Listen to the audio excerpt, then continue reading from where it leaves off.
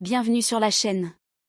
Aujourd'hui, nous allons explorer ensemble un sujet essentiel pour comprendre la santé, la fertilité et le fonctionnement du corps humain, l'anatomie de l'appareil reproducteur masculin et féminin. À la fin de cette vidéo, vous aurez une vision simple, claire et complète de ce qui permet la reproduction humaine. Alors si le contenu vous plaît, n'oubliez surtout pas de vous abonner, liker et partager. L'appareil reproducteur féminin. 1. Les organes externes.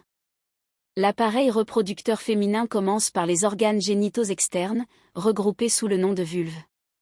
La vulve comprend les grandes lèvres, deux replis de peau qui protègent les organes internes. Les petites lèvres, plus fines, riches en glandes et en nerfs. Le clitoris, organe très sensible, jouant un rôle clé dans le plaisir. Le vestibule, zone d'ouverture du vagin et de l'urètre. Ces structures protègent l'entrée du système reproducteur tout en jouant un rôle dans la sexualité. 2. Le vagin. Le vagin est un canal musculaire d'environ 8 à 12 cm qui relie l'extérieur au col de l'utérus.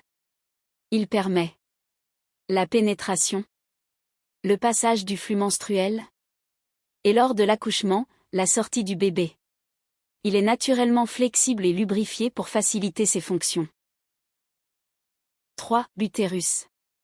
Juste au-dessus du vagin se trouve l'utérus, un organe en forme de poire inversée.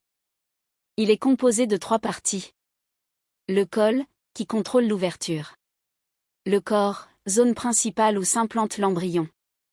Le fond, partie supérieure. Pendant le cycle menstruel, la paroi interne de l'utérus, appelée endomètre, s'épaissit pour accueillir un éventuel embryon. S'il n'y a pas fécondation, cette paroi se détache, ce sont les règles. 4. Les trompes de Fallope. Les trompes de Fallope sont deux conduits qui relient les ovaires à l'utérus. C'est dans ces trompes que se produit la fécondation, la rencontre entre l'ovule et le spermatozoïde. Elles jouent un rôle crucial en transportant l'ovule après l'ovulation. 5. Les ovaires. Les ovaires sont deux petites glandes, de la taille d'une amande. Ils ont deux missions majeures. 1. Produire les ovulins chaque mois, en général. 2. Fabriquer les hormones féminines. Estrogène. Progestérone. Ces hormones contrôlent le cycle menstruel, la grossesse, et de nombreux aspects de la santé féminine. Partie 2. L'appareil reproducteur masculin. 1. Les organes externes.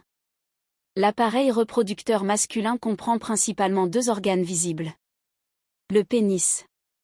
Le scrotum, qui contient les testicules.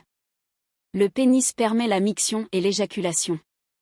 Le scrotum protège les testicules et maintient une température idéale, légèrement plus basse que celle du corps, pour la production des spermatozoïdes. 2. Les testicules. Les testicules sont deux glandes ovales qui ont deux fonctions essentielles. 1. Produire les spermatozoïdes. 2. Fabriquer la testostérone, l'hormone masculine principale, responsable de la puberté, du développement musculaire, de la libido et de la production de sperme. Les testicules contiennent des milliers de petits tubes appelés tubules séminifères, véritables usines à spermatozoïdes.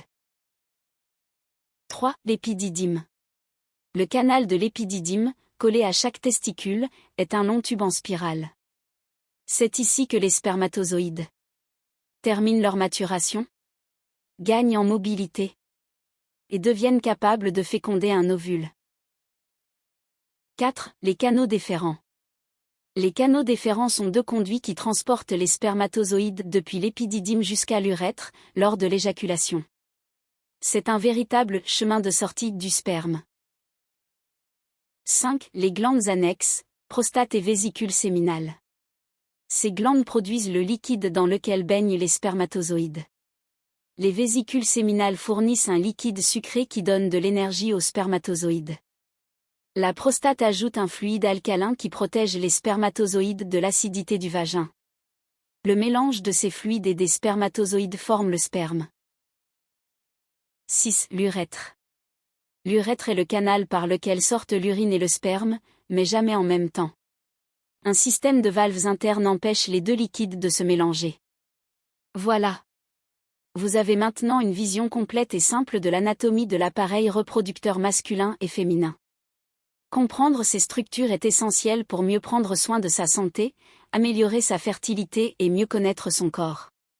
Si cette vidéo vous a aidé, n'oubliez surtout pas, abonnez-vous, activez la cloche, et partagez pour soutenir la chaîne.